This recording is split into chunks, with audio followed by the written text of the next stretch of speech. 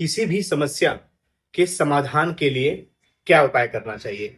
तो शास्त्र हमें बताता है कि औषधि मणिमंत्राणाम ग्रह नक्षत्र तारिका भाग्य काले भवे सिद्धि अभाग्यम निष्फलम भवेत।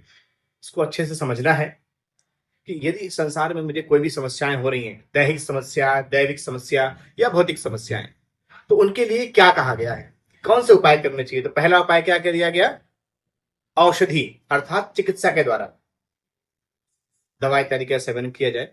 कोई भी दवाएं हो लेकिन औषधि का शब्द आया है। दूसरा है मणि अर्थात रत्न के माध्यम से, रत्न के द्वारा। और फिर कह रहे हैं मंत्राणाम अर्थात मंत्र के द्वारा। औषधि मणि मंत्राणाम ग्रह नक्षत्रारिका भाग्य काले भविष्य सिद्धि अभाग्यम निष्फल भवेत। ये चीजें भी तब सार्थक होंगी, चाहे औषधि हो, चाहे मणि हो और चाहे मंत्र हो, तब जब भाग्य साथ देगा। अभाग्यम निष्फल भवेत कह दिया गया।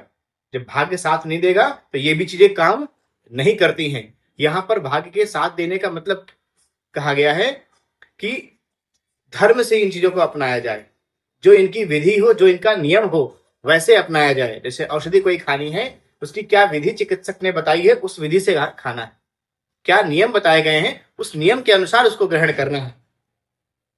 मणि अर्थात रत्न, रत्न धारण करने के लिए ज्योतिषी ने जो तरीके बताए हैं, जो नियम बताया है, जो विधि बताई है कि किस प्रकार से उस रत्न की प्राण प्रतिष्ठा की जाए, उस ग्रह का जप कराया जाए और विशिष्ट मुहूर्त में उसी स्थान पर, उसी उंगली में उस रत्न को धारण किया जाए, तब वो लाभकारी होगा।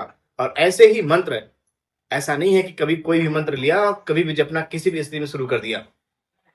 मंत्र का लाभ चाहिए, उसे भी धर्मयुक्त होकर के, जब उस विशिष्ट मंत्र का नक्षत्र हो, उसका विशेष मुहूर्त हो, उस मुहूर्त में उसको जपा जाए, उस विशिष्ट काल में उसे जपा जाए। धर्म का अभिप्राय ये समझना है यहां से कि नियम पूर्वक, जो धर्म में नियम बन रहा है, जो नियम बताया गया है, उसके अनुसार उसका पालन करने पर तब लाभ होगा।